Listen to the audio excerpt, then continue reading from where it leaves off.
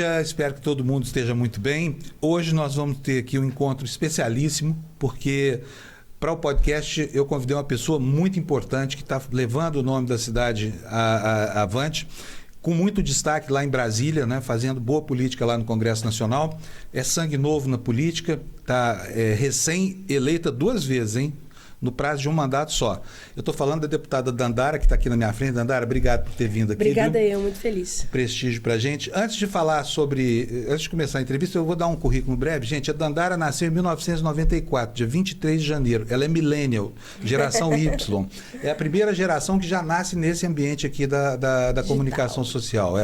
Então, quer dizer, a primeira candidata digital, pré-candidata, para usar a palavra certa, da história de Uberlândia, porque depois de se eleger vereadora, com pouco mais de 3 mil votos, não foi isso? 5 mil votos. Depois ela foi eleita deputada federal e agora vai disputar a eleição para prefeito. Já lançou-se pré-candidata e o lançamento dela agitou os bastidores da política uberlandense.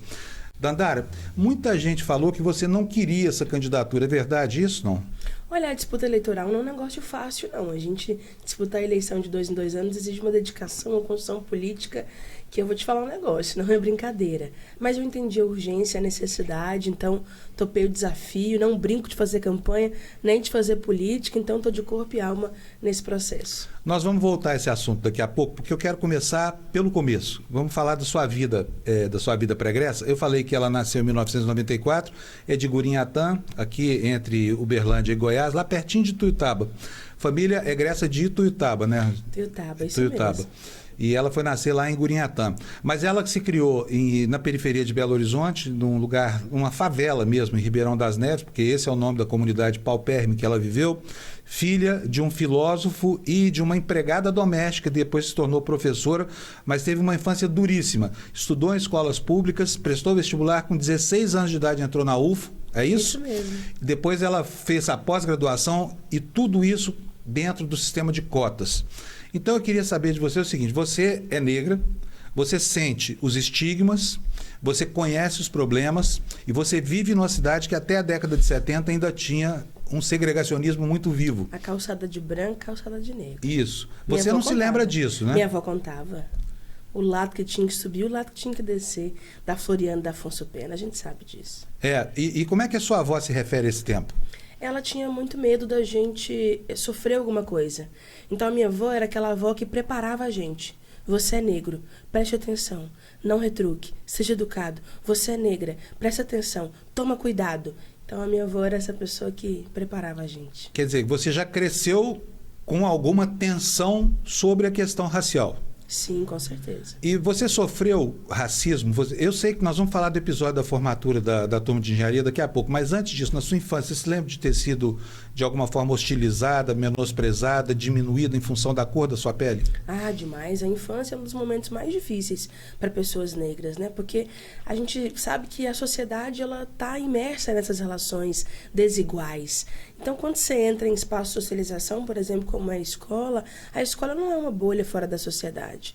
Também está cheia disso. Então, quantas vezes na festa junina, né, a rainha da pipoca, a noivinha da festa junina, era uma menina branca, loirinha, e as meninas negras sendo deixadas de fora. Teve uma vez que teve um surto de piolho na minha sala, e a professora escreveu no caderno, falando para minha mãe olhar o meu cabelo. E a minha mãe, aquelas mães assim, aciada até o topo, bem, era 2, 3 banhos por dia que a gente tinha que tomar. E ela ficou tão indignada com isso, ela foi na escola e ela abria a minha cabeça assim, você acha que tem piolho aqui? Você acha que tem piolho aqui? Que a professora só escreveu no meu caderno. E você era a única aluna negra da sala? Nesse caso, sim, porque eu estava numa escola do centro, lá em Belo Horizonte, para ficar mais perto do lugar que minha mãe trabalhava como empregada doméstica. Então, você imagina, ser a única aluna negra da sala e ainda receber no caderno um bilhete dizendo que eu poderia estar com piolho. Outro dia eu me lembro de ter encontrado você lá no Bully, né? No Bully, que é um lugar muito bonito, muito sofisticado, frequentado pela alta burguesia uberlandense. Eu tenho reparado que nesses bares do fundinho, enfim, onde frequenta a parcela mais rica da cidade, nunca tem nenhum negro consumindo. Eu queria saber como é que você experimenta essa sensação e se eu estou correto na minha observação. Quem é negro em Uberlândia sabe o que são os olhares, o julgamento, quando você entra numa loja, quando você entra num espaço que é historicamente elitizado e que eles acham que não é feito nem é pensado para nós. Tem dia, Panúcio, que eu tenho vontade de sentar e falar, desce tudo que você tiver de comida aí, que eu vou pagar, eu estou pagando com o meu dinheiro. Tanto assim que a gente é hostilizado na sutileza, nos detalhes, mas às vezes até de forma um pouco mais ríspida, sabe? É por isso que os negros não frequentam lugares frequentados por brancos ricos de Uberlândia? Há um constrangimento nos olhares, é isso? Tem a questão financeira, tem a questão do tratamento, do tipo de serviço que é prestado. Acho que também tem a questão de uma segregação colocada ali, de até as pessoas do ambiente te olharem, te encararem, você ficar pensando, meu Deus, o que está acontecendo? Eu estou certa, eu estou feia, eu estou suja? O que está acontecendo, né? Você também não se sentia à vontade. De fato, é muito ruim você frequentar lugares que às vezes você não se sente à vontade para estar ali. Bom, falar de outro lugar em Uberlândia, porque assim como não há brancos nos restaurantes dos ricos, negros nos restaurantes dos ricos de Uberlândia, também não há brancos no ambiente, por exemplo, do Congado. Esse ano eu fui lá fazer imagens, fiquei muito assustado quando eu vi lá na Praça da Igrejinha as duas arquibancadas que foram montadas, não tinha nenhum branco lá. E eu queria saber de você se isso não caracteriza uma situação de apartheid cultural em Uberlândia. Acho que tem muitas pessoas brancas participando do Congado. Eu acompanho alguns ternos de Congado e tem uma galera ali. Agora, de fato, quem levanta, quem constrói a cultura são famílias. Famílias que são originárias, inclusive, do processo da escravidão aqui na cidade de Uberlândia, né? O Congado é uma tradição familiar. Por isso também que existe a Irmandade Nossa Senhora do Rosário e São Benedito. Essa tradição, ela descende de uma origem, né? É uma origem negra, é uma origem de pessoas escravizadas, é uma elite, é uma origem da afrocultura religiosa negra, né? E isso também traz esse elemento presente nos dias de hoje. Houve muitas manifestações de hostilidade no Instagram. Você viu isso acontecer? Quer dizer, um processo que inclusive desatou a discussão aqui em Uberlândia, porque alguns vizinhos ali do local por onde acontece a festa diziam que há muita sujeira, essa coisa toda, numa visão muito preconceituosa daquilo. Por exemplo, ninguém reclama disso no Carnaval, né? Que agora está bem distante do centro, inclusive. Mas especificamente com relação ao Congado, você acha que esse tipo de manifestação também é uma denúncia de racismo estrutural? Com certeza, se o problema fosse a sujeira, a gente não teria, né, outros eventos que acontecem na cidade e também deixam ali resíduos, mas que no outro dia, no mesmo dia, já são limpos, porque nesse sentido as coisas funcionam. Nós também não podemos achar que é por causa do barulho, que se o problema fosse o barulho, aqueles bares ali em torno da Bicota, né, a histórica Boate London, já teria fechado. Isso não aconteceu, não é verdade, né? Então, a gente tem ali naquele centro um circuito de entretenimento, um circuito de bares que tem show, música ao vivo, coisas na calçada, que já existe e funciona há muito tempo. Agora, a grande questão é saber que a Irmandade Nossa Senhora do Rosário e São Benedito, ela já existe mesmo antes da cidade de Uberlândia existir.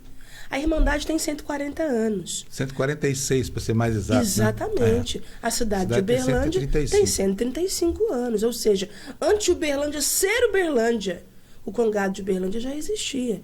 Aí quem comprou apartamento ali no centro precisa saber que todo ano, no mês de outubro, a festa da cultura popular tradicional da cidade de Uberlândia acontece ali. Jogar ovo, hostilizar uma tradição que tem mais de 100 anos na cidade de Uberlândia, é um desrespeito muito grande. E eu tenho certeza que a origem disso é o racismo. Vi, inclusive, achei muito bonita uma arte, uma projeção que você fez num prédio, que dava para ver perfeitamente lá um bordão antirracista. Aquilo era um recado para a população que segrega esse tipo de festividade? Não é lugar para o racismo, o Congado, nem para o preconceito, nem para a discriminação. Você precisa respeitar a existência dessa importante manifestação cultural, religiosa na cidade. Então, nós projetamos ali nos prédios, dando um recado para quem estava na festa e também para quem não estava, para lembrar que não é lugar de racismo e nós não toleraremos mais esse tipo de comportamento. pulando um pouquinho no tempo, depois a gente volta aqui para trás, porque tem muita coisa interessante da sua origem que eu quero abordar aqui. Como é que você se sente na Câmara Federal, onde negros são a minoria ínfima e mulheres são outra minoria ínfima, e você é uma síntese dessas duas minorias? Todo dia que eu entro ali, eu faço um mantra e repito para mim mesma, né? Por que eu tô ali, a quem pertence essa vitória, qual é o sentido da minha ocupação, da minha existência, qual luta que eu vou travar. Porque se eu não tiver um porquê na vida, não faz sentido. É violência demais, é tensão, é disputa, é briga, é problema. É um negócio assim, surreal. E na política, você sabe, não tem cadeira vazia. Não tem ninguém que vai chegar e falar assim, Dandara, senta aqui do meu lado, isso aqui foi feito, pensado para você. Você tem que ir cavando o seu espaço, descobrindo as coisas, articulando, buscando, puxando. E isso é mais desafiador ainda quando você é uma mulher negra, né? Isso sem contar os racismos cotidianos, né? Quantas vezes assim, eu já fui entrar no plenário com o bottom de deputada e um segurança, só deputado que entra! Colocando até o braço na frente. Quantas vezes eu já fui parada em comissão, quantas vezes, né, na lanchonete já aconteceu coisa. Então, é muito duro, desgastante. Mas a gente que tem um sentido nessa caminhada, um sentido nessa construção, segue lá, firme e forte. Agora, olha, não é fácil para um jornalista elogiar alguém. Eu vou fazer isso aqui com você, porque eu realmente acho que você tem uma trajetória espetacular lá. Obrigada. O seu primeiro ano foi recheado de conquistas. Você está agora no começo do seu segundo ano. Mas você ganhou uma menção de melhor parlamentar pelo troféu, como é que chama? Educação. Exatamente. Do Congresso em Foco. O Lula sancionou um projeto de lei seu, Sim. né? Você foi recebido em palácio e tudo mais, quer dizer, você está indo muito bem. Como é que você conseguiu dar esse salto? Que todo parlamentar de primeiro mandato é como se fosse um estagiário, né? Ele fica ali no baixo clero, buscando oportunidade. Você não, você chegou lá e já deslanchou com o seu mandato. Como é que foi isso? O que você fez? Eu me desafio todo dia, eu não me contento com pouco. E quanto mais não eu levo, mais eu vou em busca do sim. Sabe aquela coisa também de você ser movida pela força do ódio? Eu acho que o ódio é uma força motriz que também coloca a gente pra frente. Quando a pessoa fala pra mim, não vai dar certo, você não vai conseguir, rapaz. Aí é que eu vou. Aí é que eu me jogo. Aí é que eu vou mostrar que eu dou conta que eu consigo mesmo, né? Então, essa foi uma força importante que me moveu também ao longo desse primeiro ano. Mas eu também já entrei sabendo quais projetos eu queria como prioridade e quais lutas e bandeiras a gente iria reivindicar. Então, já peguei a relatoria da Lei de Cotas, já assumi o grupo de trabalho do Cerrado, já fui para a Comissão de Educação, presidi a Subcomissão de Ações Afirmativas de Inclusão, também coordeno a Frente Parlamentar Mista Antirracismo, consegui ajudar a fundar a Bancada Negra, aprovamos o 20 de novembro, feriado nacional da consciência negra. Então, você também, quando tem foco na vida e vai estabelecendo suas prioridades, você vai conseguindo fazer a coisa avançar. Muito bom. Bom, agora vamos voltar aqui lá para suas origens, tá? Depois a gente vai falar da candidatura a prefeito, vai dar tempo à vontade aqui. Você, desde pequenininha, milita no movimento estudantil, certo? Certo. Eu vi fotos suas de 2016, 2017, muito tempo, até 8 anos atrás já, e você é muito nova, né? Vai ter foto de 2011. 2011 já estava na militância. Já. Então, mas eu fiquei muito impressionado com aquilo. Você nunca deixou de marcar as suas posições, né? Uhum. E o Uberlândia te recebeu muito bem, te deu 2 mandatos em seguida e está te colocando numa posição privilegiada na disputa da prefeitura. Como é que você recebe isso e como é que você vai lidar com essa questão do racismo se for eleita prefeita de Uberlândia? Eu recebo com muita responsabilidade, porque eu sei que é desafiador para a classe trabalhadora de Uberlândia, que dá um duro danado para sobreviver, ainda participar, ocupar a política, entender o que está acontecendo. Eu conheço gente, Fábio, que assim, trabalha em 2 empregos, faz faculdade e ainda tenta acompanhar o nosso trabalho, as redes sociais, o que está acontecendo, acompanhar a política, ter consciência de classe, da vida. Então, eu sei que o povo de Uberlândia está me dando vários votos de confiança e eu sempre me comprometo a retribuir esses votos com muito trabalho, com muita dedicação. Quem me acompanha no Instagram, no Facebook, sabe, assim, o meu batidão é de domingo a domingo. O meu batidão é em Brasília e é no território. Eu fico terça, quarta e quinta em Brasília e de sexta a segunda trabalhando nas bases, nas cidades. Quem me conhece sabe que a gente tem proposta, projeto, que nós vamos entrar nesse momento, num processo de disputa eleitoral, para apresentar ideias, soluções para os problemas. Eu não quero fazer desse processo um processo despolitizado, acrítico, de fake news, mentira, rede de ódio. Estou fora disso. E acho que Uberlândia precisa, deve ter a experiência de outras candidaturas, outras lideranças, outras referências. A Uberlândia é uma cidade boa para se viver. A gente gosta muito de Uberlândia, mas Uberlândia pode ser melhor ainda. Uberlândia precisa ter um acesso à educação, à saúde, o transporte público de qualidade. Olha, eu estava conversando esses dias com alguns jovens e fiquei muito preocupada. Sabe que Uberlândia, uma das coisas mais difíceis é você ter acesso a um psicólogo de graça, gratuito. No SUS, você quase não tem. Não tem no postinho, o CAPS é superlotado. Então, a gente precisa humanizar o SUS e colocar a saúde mental como prioridade também no SUS. Todo mundo conhece alguém que está com processo de adoecimento mental, que está meio triste, que está ansioso, que precisaria de um acompanhamento psicológico e não encontra isso na rede do SUS em Uberlândia. Então, eu acredito que Uberlândia pode ser melhor. E quem vai fazer essa mudança, melhorar, somos nós que sentimos na pele. Nós que vivemos a realidade do SUS, nós que sabemos o que é o ônibus lotado 6 horas da tarde, nós que estudamos em escola pública e sabemos a falta que faz uma merenda escolar de qualidade, né? Então, eu estou encarando isso com responsabilidade, porque sei que não vou representar só eu, Dandara. Represento uma classe trabalhadora, represento o povo de periferia, represento gente que sonha e quer uma Uberlândia conectada com o século XXI, que é uma cidade 5.0, uma cidade com novas ideias, com novos projetos. É isso que nós vamos representar. Pois é, só que a cidade tem muitos problemas. Por exemplo, você citou, a cidade não tem um SAMU, por exemplo, né? É um absurdo. Há uma possibilidade até de haver uma CPI lá na Câmara dos Vereadores para apurar a relação da empresa que toma parte da maior conta do atendimento à população, atendimento médico à população, e a outra parte está entregue a uma igreja, neopentecostal. Você vai reequacionar isso ou vai manter esses convênios? Não, nós vamos estruturar a rede do SUS, porque nós queremos que o SUS funcione em consonância com o que está acontecendo no Brasil inteiro. Olha que absurdo esse negócio do SAMU. A central do SAMU, que as pessoas ligam da região, é aqui em Uberlândia. O centro de operações é aqui. Mas aqui não é o SAMU que funciona. Não é o SAMU que opera. E qual é a diferença do SAMU para o SEAT que está operando aqui em Uberlândia hoje? O SAMU tem ambulâncias pique UTI. O SAMU tem um atendimento que um médico vai junto. O SAMU tem a capacidade de salvar vidas naquele momento em que é crucial e definidor. Sabe aqueles 5 minutos depois de um acidente que pode definir se a pessoa vai viver ou vai morrer? O SAMU tem a capacidade de resolver isso. Quem já sofreu acidente aqui em Uberlândia sabe. É meia hora, é 1 hora. Você cair dali no chão para a ambulância chegar. Eu moro no São Jorge e o cruzamento da minha casa é muito perigoso.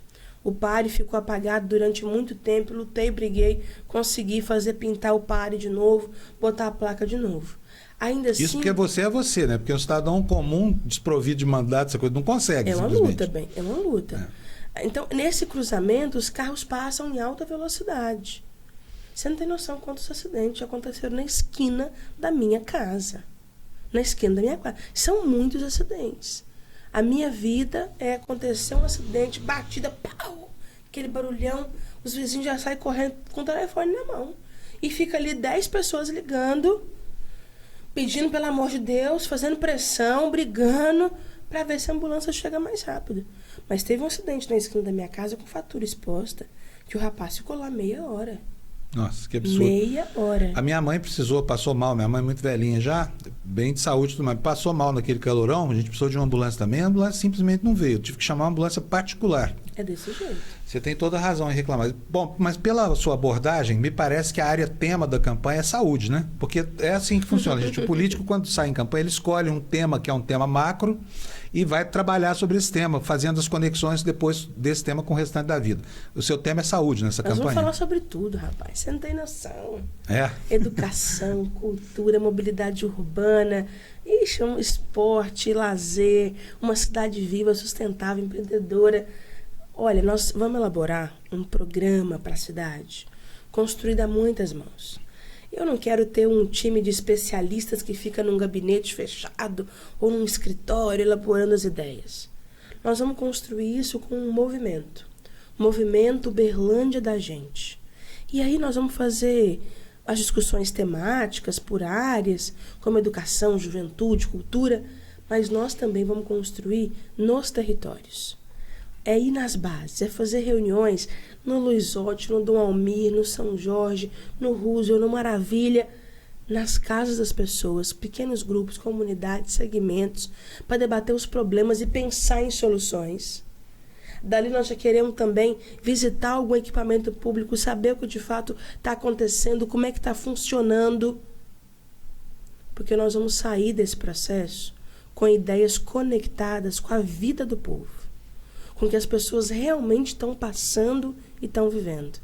E vai ser o melhor programa para Uberlândia esse ano. Agora, deixa eu te falar. Agora vamos falar dos problemas, tá? É o seguinte, muita gente diz, eu tenho ouvido isso por aí, quero trazer, porque você vai enfrentar isso lá na frente na sua campanha. Diz o seguinte, mas a Dandara já se elegeu vereadora e largou o mandato de vereador, virou deputada. Agora vai largar também de deputada para virar prefeita.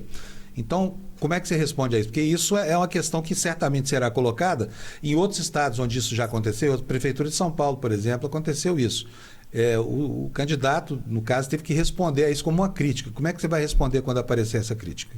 Eu fui eleita vereadora mais votada com 5.237 votos. Depois eu fui eleita deputada federal com 86 mil votos. Então, todas as vezes que eu fui candidata, foi resultado de uma discussão coletiva, foi resultado de um processo de entendimento da urgência, da necessidade. O que está me levando a ser pré-candidata a prefeita nessa eleição?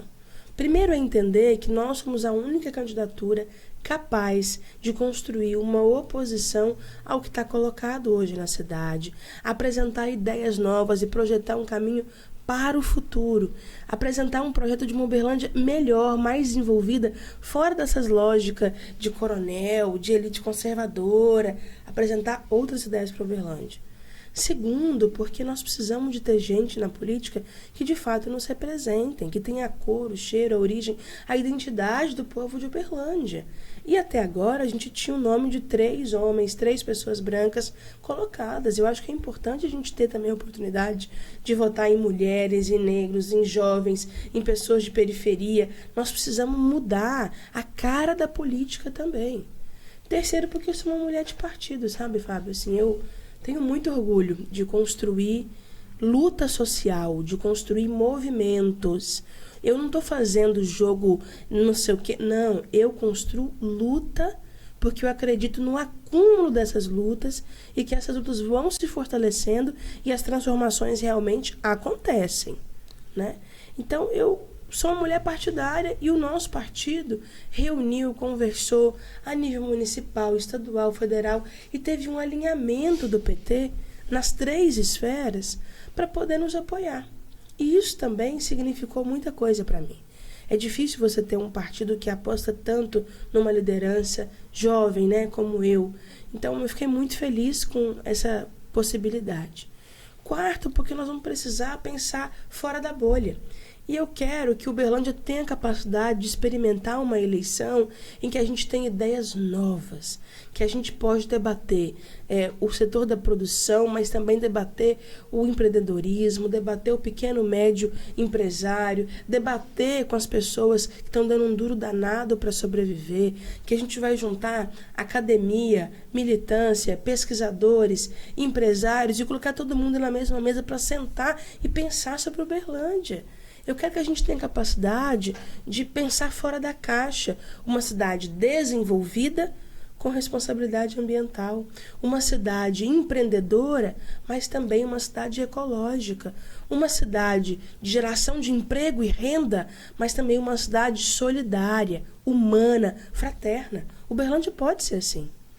Dandara, você mora lá no São Jorge, então certamente você conhece aquele parque ali da Lagoinha. Demais. Então, eu fico muito impressionado de ver o abandono a que aquilo foi relegado. O lixo que está se acumulando ali, o mato.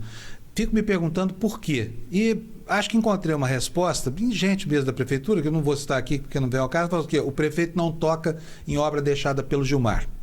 Olha que bobeira. Então, me parece que aquilo justifica esse tipo de suspeita.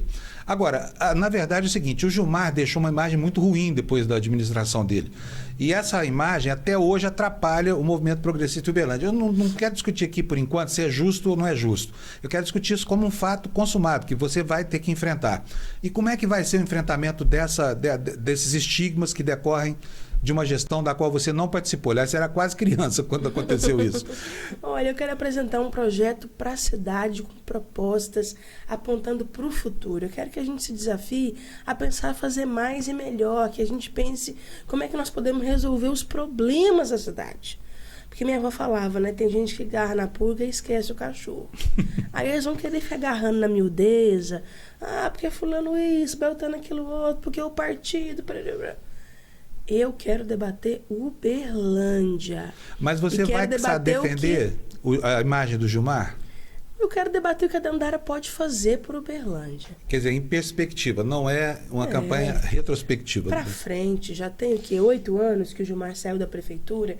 Nós não precisamos disso mais, nós já podemos apontar para o futuro, né? E como é que vai ser a composição da sua equipe de governo? Dois problemas. Primeiro, a equipe de governo. Como é que você vai compor a equipe de governo? Muita gente fala, o PT só indica os companheiros. Você já deve ter ouvido muito isso. É verdade isso? Não é verdade isso? Eu quero montar um time de especialistas, os melhores do Brasil.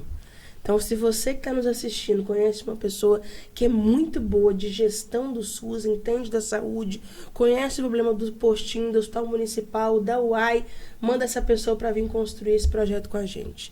Se quem está nos acompanhando conhece gente que trabalha como fazedor de cultura, conhece o sistema municipal de cultura, olha, vem cá construir com a gente. Nós queremos ter o melhor time do Brasil, que conhece a cidade e que entende uma visão de futuro que essa cidade tem que ter.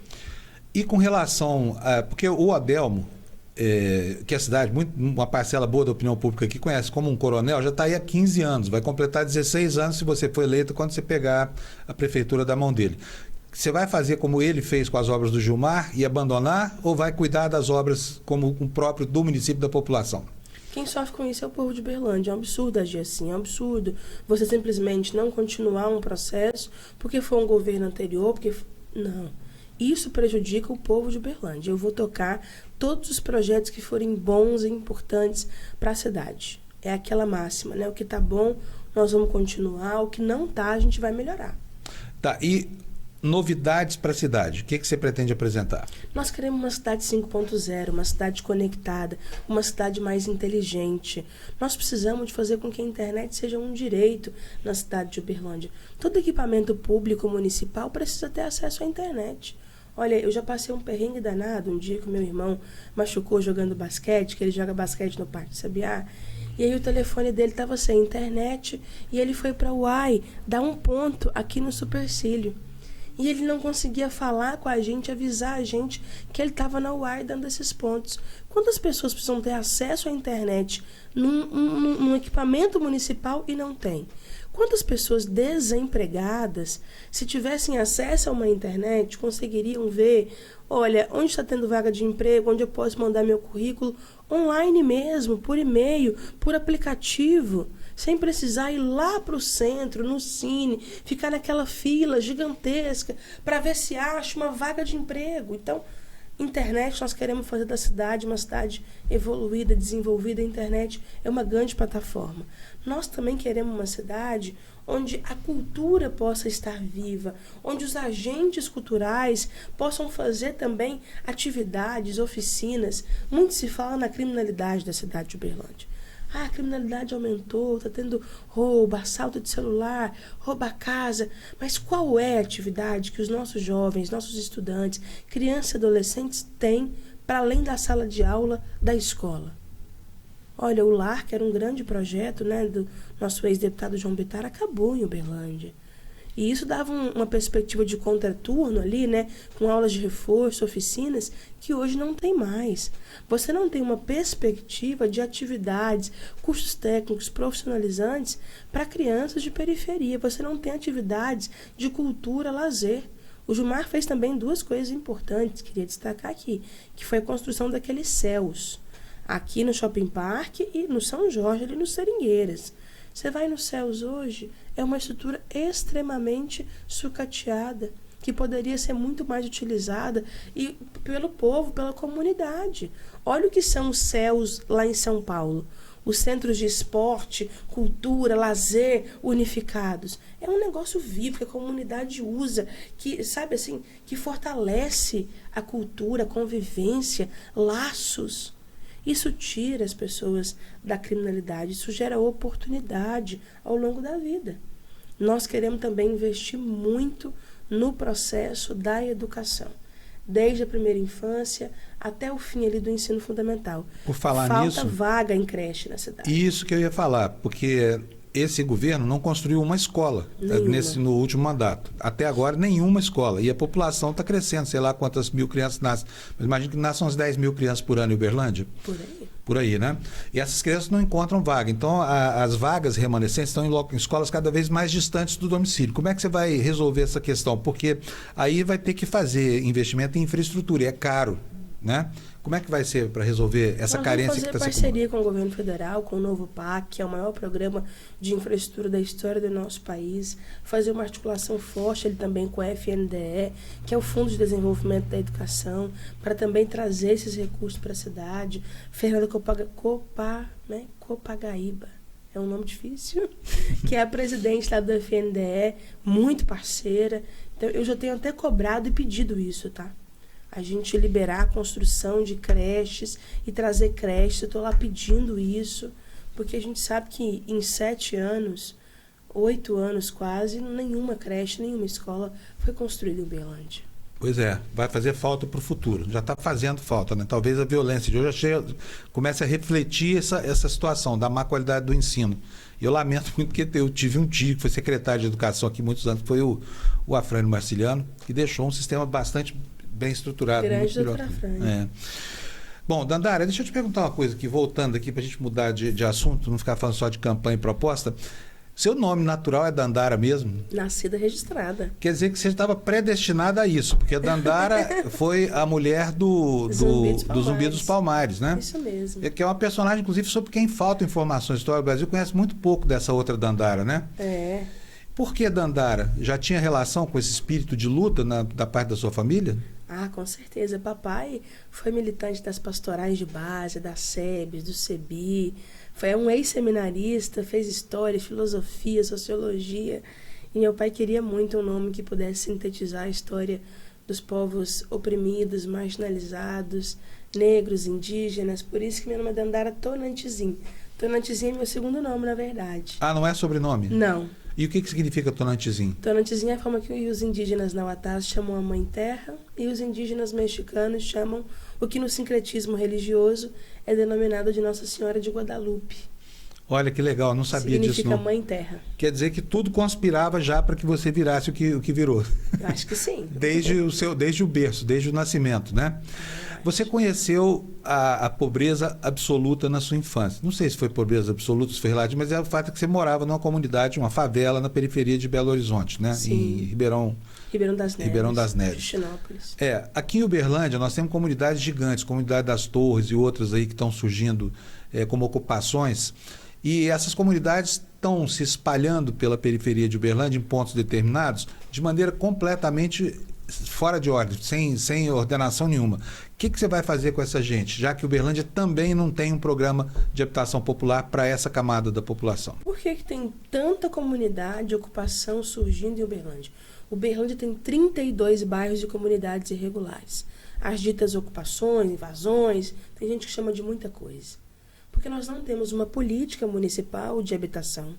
Nós estamos há 8 anos sem construir uma casa sequer na cidade de Uberlândia, da Minha Casa Minha Vida.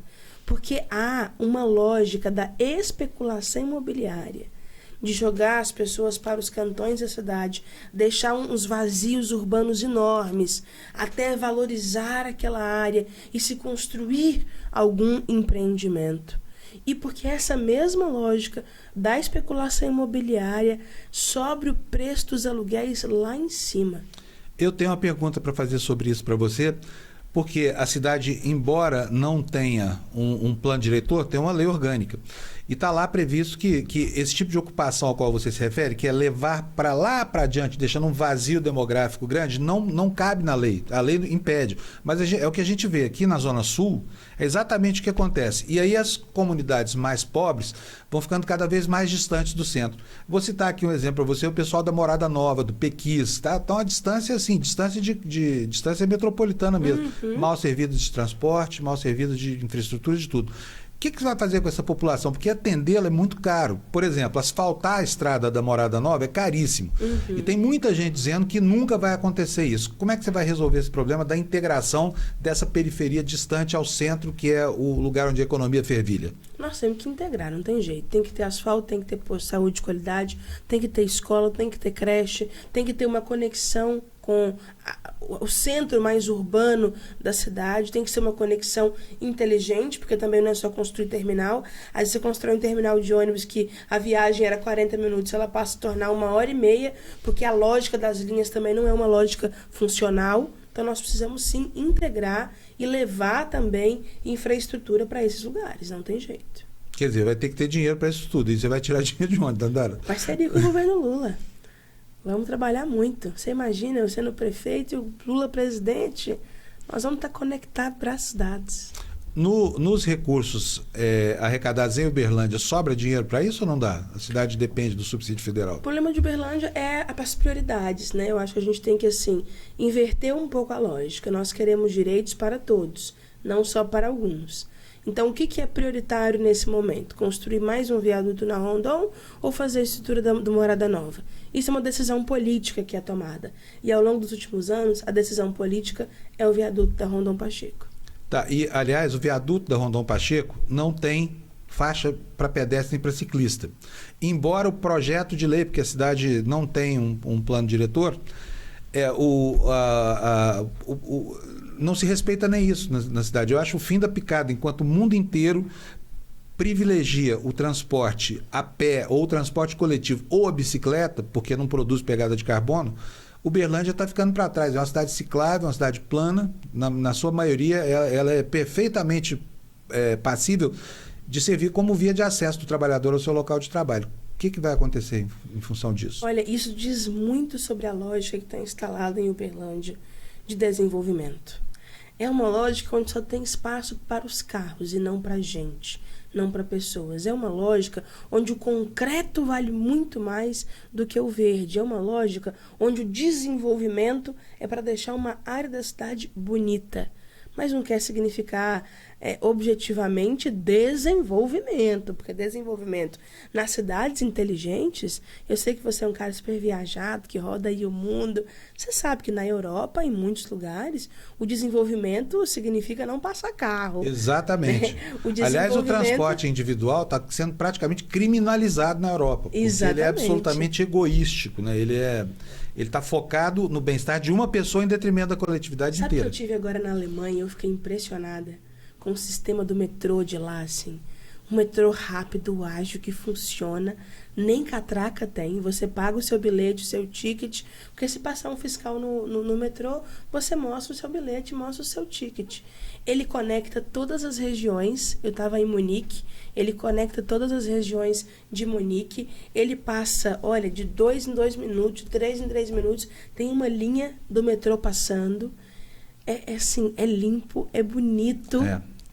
E é rápido pra caramba, né? E em todo lugar que você vai, em Munique, tem bicicleta, tem patins, patinete, para você alugar, para você percorrer algumas distâncias, né? No aplicativo do Uber, em outros aplicativos, você aluga aqueles patinetes, aquelas bicicletas. A prefeitura também tem um sistema de bicicletas colocado na cidade para as pessoas se deslocarem e irem para lugares perto. Além de contribuir com o meio ambiente, contribui também com a qualidade de vida, né? Eu andei de patinete lá, menino, você precisa de ver. De patinete elétrico? Tem, assim, tudo quanto é lugar, é barato, é acessível. E cidades do porte de Uberlândia têm transporte metropolitano, tem metrô sobre trilhos. Exatamente. E aí, você pretende iniciar o metrô aqui? Porque Uberlândia fez até esse estudo, que era do VLT, nós precisamos avançar nisso. Uberlândia tem porte para ter metrô há bastante tempo, né? Ligaria quais regiões? É um transporte muito mais seguro, muito mais eficiente. Se você olhar, por exemplo, hoje, né, a região da cidade onde tem os corredores de ônibus, aqui para a Zona Sul e para a Zona Oeste, a gente tem o corredor da João Naves e o corredor da Segismundo Pereira.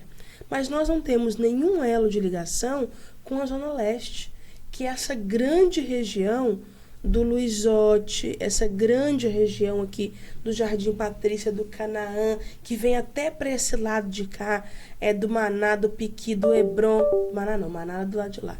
Do Piqui, do Hebron. Então, nós precisamos conectar essa região. Eu acho que se a gente tivesse, né, um metrô, um VLT, que ligasse. E essa é uma das regiões mais populosas de Uberlândia, você sabe, né? O Luizote é o nosso bairro mais populoso. Ligar essa região mais populosa com o centro da cidade já seria um grande experimento.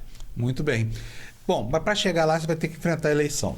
E aí tem vários problemas e dizem que a eleição é sempre o reino do imponderável, apesar de ter uma ciência, né, para isso. Ao que tudo indica, está se formando um quadro de polarização em Uberlândia. Desde que você confirmou a sua pré-candidatura, o Caporeso tem falado que se você viesse, ele viria também. O que significa que nós podemos ter uma polarização em torno dos dois que imobilizaria o centro, composto por quem? Leonídio, Paulo Sérgio e não sei se o Prado vem aí ou não, mas me parece que vai haver um embolamento aí no campo da direita e do centro-direita. Como é que vai ser o cenário na sua cabeça? Quem é que você vai enfrentar com mais vigor nessa reta inicial da candidata? Porque o segundo turno é fácil, né? Porque aí o povo escolhe o adversário. Mas no primeiro turno não é fácil estabelecer estratégia. Como é que vai ser? Eu acho que os três estão localizados no mesmo campo. O campo da direita, da centro-direita, da extrema-direita. Eu estou localizada num outro polo, num outro campo. Então, acho que vai ser um negócio de todos contra um. Acho que Dandara contra a Rapa. Acho que todos ali vão querer me atacar e diferenciar de mim. Mas eu vou ficar focada realmente em diferenciar um projeto e uma concepção de cidade. Eu não acredito que a gente possa fazer, nessa altura do campeonato, um debate mais do mesmo. Agora, essa polarização, ela vai existir, porque está todo momento sendo colocado ainda, é Lula ou Bolsonaro, sendo que já passou a eleição, Lula já ganhou, mas eles ficam a todo momento querendo construir, né, uma narrativa de não eleição, de golpe, de não sei o que é muito ruim. Mas eu acho que quem está utilizando desse discurso de nacionalizar uma eleição municipal é porque conhece pouco a cidade. É porque não tem a capacidade de apresentar soluções para os problemas reais. Quem quer trazer o debate de banheiro unissex, quem quer trazer o debate de kit gay, de não sei o que, de Palestina e Israel, para uma eleição municipal, é porque não conhece a cidade. Mas eu vou te falar um negócio. Eu conheço razoavelmente, não conheço bem porque eu fiquei muito tempo fora daqui, mas eu conheço razoavelmente. Você é nascido no Uberlândia? Eu nasci aqui e minha família está aqui. Mas eu estranho, por exemplo, quando eu vejo um tonto qualquer botar um drone numa caminhonete para despejar dejetos em cima de uma multidão que espera o Lula. Por exemplo. Então, mas esse é o ambiente em que você está inserido, Dandara. É desse jeito. Com certeza você tem que se preparar para enfrentar um ambiente de radicalização na sua campanha. Meu couro é grosso, menino, calejado, você precisa de ver. Aqui é São Jorge. Ixi. Mas couro grosso só não adianta, tem que ter estratégia também, né? Sim, com certeza. Porque, enfim, o efeito que se exerce sobre o candidato é muito ruim, mas o que exerce sobre a coletividade é pior ainda, porque, né, tá cheio de maluco hoje aí no mundo, trancado dentro de bolhas de opinião, e eu queria saber como é que vai ser para você enfrentar essa adversidade que certamente virá. Não vai ser fácil, eu já sinto um pouco isso desde quando eu fui eleita vereadora, né? Eu sei o que significa ser uma mulher na política. É muitas vezes ser questionada, desacreditada. Eu sei o que significa ser uma pessoa negra na política. Quando tentam dizer que a política não é para você, que você não tem o perfil, nunca vai ser o suficiente, não importa o que você faça. Você nunca é boa o suficiente. É isso que o racismo faz com a gente. Eu sei o que é ser uma pessoa jovem na política, da pessoa ficar ali desacreditando, mas não consegue, mas não dá conta. Eu já provei que eu consigo, eu já provei que eu dou conta. Eu coloquei os caras no bolso no Congresso Nacional. Aprovei continuidade da lei de cotas, aprovei bancada negra, aprovei um monte de coisa importante. Eu já mostrei que a articulação política eu sei fazer, construção, gestão, também sei fazer. E agora ficam questionando. Eu sei o que significa ser uma pessoa da classe trabalhadora na política. Sabe qual é a pergunta que eu mais ouço quando eu vou naquele restaurante, quando eu te conheci, quando eu te conheci pessoalmente lá? Eles perguntam pra mim, você é Dandara, né? Eu falo, sou. Você vem de onde? Você é filha de quem? Como se tivesse que ter um sobrenome na política, como se tivesse que ser filho de alguém. Sou filha do Luzmiro e da dona Cristiane, né? Que é sua mãe. De 2 professores de luta. Então, eu sei o que é ser uma pessoa da classe trabalhadora na política, fora desse circuito tradicional da política uberlandense. Vai ser violento. Eles vão vir com tudo pra cima de mim. Vai ser desgastante, mas eu sei que eu não estou sozinha. Nós vamos ter uma estratégia da coletividade, também uma estratégia para lidar com isso. Inclusive, assim, o que for crime, nós já estamos com uma equipe jurídica boa, que vai ser processo em cima de representação e processo. Então você já deve estar tendo material à farta para trabalhar, porque o que tem de violação da lei eleitoral, que em pleno ano eleitoral, a propaganda política aqui desconhece completamente qualquer limite. Para cima e para baixo. No rádio, em tudo quanto é lugar. Tá aí, ó, desabridamente. Inclusive tem um candidato na rádio aí que faz campanha aberta, pedindo voto o dia inteiro, como se isso fosse a coisa mais natural do mundo. Loucura. A Lei 9504 aqui é um velho desconhecido dos candidatos uberlandenses. Por que esse fenômeno? É a sensação de impunidade? O que é o Ministério Público? Aqui, às vezes, as coisas têm 2 pesos, 2 medidas. Acho que denúncias importantes não estão indo para frente. E aí é igual aquela coisa, né? Professor no primeiro dia de aula, que tem que mostrar que veio. Se você também vai recebendo um monte de denúncia e não vai dando em nada, vai naturalizando e vai criando uma sensação de que aquilo pode acontecer, tudo bem, pode dar certo.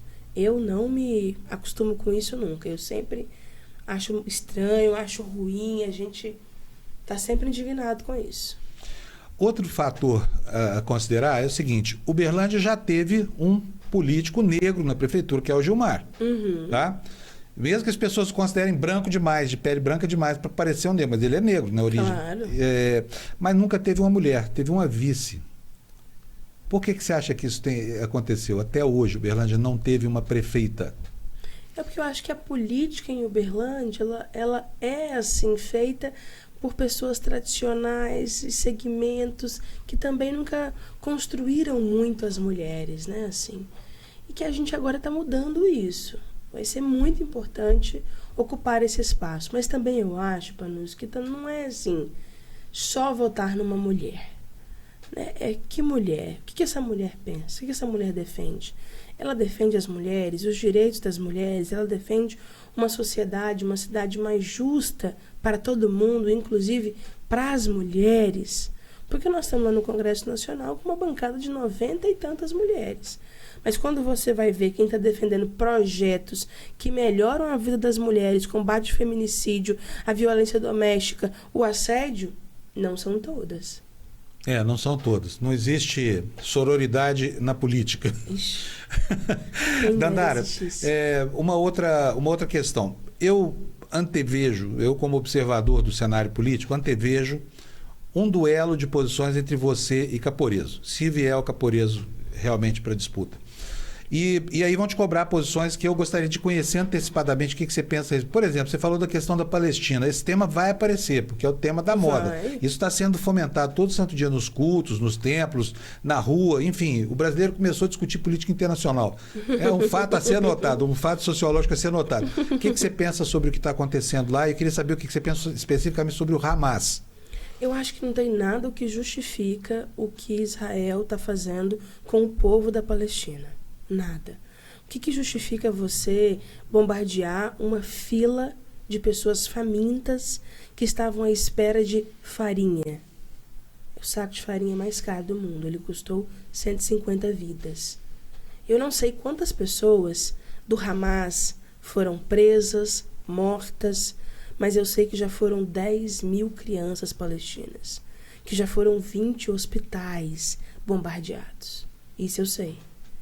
Então, ou a gente estabelece a existência dos 2 estados, de Palestina, de Israel, ou a gente rompe com essa lógica da colonização, de ocupar território e expulsando as pessoas do território, respeitar o território do outro, respeitar a autodeterminação dos povos, ou nós não vamos conseguir sair disso que nós estamos. Vale tudo contra o terrorismo? Vale matar crianças, civis? E eu achei a decisão do presidente Lula de entrar nesse debate muito acertada. Tem que ter muita coragem para fazer o que o presidente Lula fez. Numa cúpula da União Africana, colocar o dedo na ferida e denunciar. Sabe por quê? A posição do Brasil é uma posição muito respeitada mundialmente. Graças a Deus, Lula voltou e recuperou essa credibilidade do Brasil. Bastou o Brasil se manifestar para a posição dos Estados Unidos começar a mudar, para mais de 170 países virem fechando na posição do presidente Lula, para o Parlamento Europeu soltar nota pelo cessar-fogo, porque é isso que nós estamos pedindo. Um cessar-fogo, um corredor humanitário, o estabelecimento e reconhecimento dos dois Estados.